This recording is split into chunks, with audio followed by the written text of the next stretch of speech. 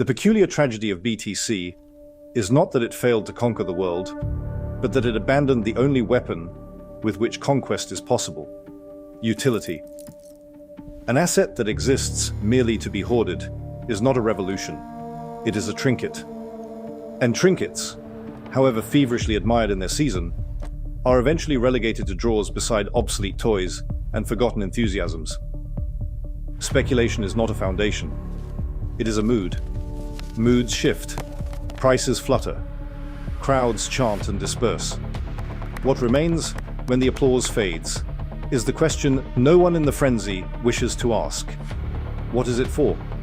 If BTC is nothing more than an object of collective fixation, a digital heirloom to be admired and withheld, then it stands in the same category as every fashionable collectible that mistook temporary obsession for destiny.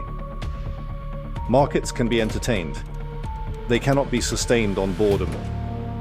An instrument that does not do anything except appreciate in theory will, in practice, depreciate in interest. Human beings require purpose, not merely price. The irony is severe. The only durable justification for BTC is use at scale: broad, relentless, transactional relevance. A system that processes commerce, settles obligations, and embeds itself into the daily mechanics of trade possesses an argument. A system that limits itself into fragility possesses only a slogan. Narratives alone cannot compensate for contraction.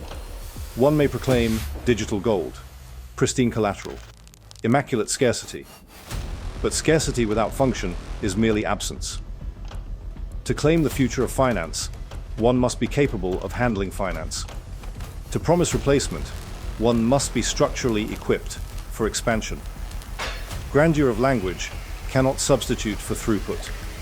The great error was to sacrifice capacity for mythology and then expect mythology to behave like infrastructure. Infrastructure demands scale. Scale demands engineering choices that privilege growth over aesthetic restraint. When scale is deliberately constrained, the claim to inevitability becomes theater. People do not remain enthralled by inert objects indefinitely. They require a story, yes, but a story anchored in observable power. They must see why it surpasses existing systems, how it renders them obsolete, and by what mechanism it absorbs their functions. Without that, the tale collapses into circular reasoning. It is valuable because it is valuable. A monetary system, if one dares to use the term, must earn its permanence through relentless utility. Without transactional dominance, without practical superiority, without the capacity to carry the weight of global commerce, it is not a challenger to finance. It is a collectible with aspirations.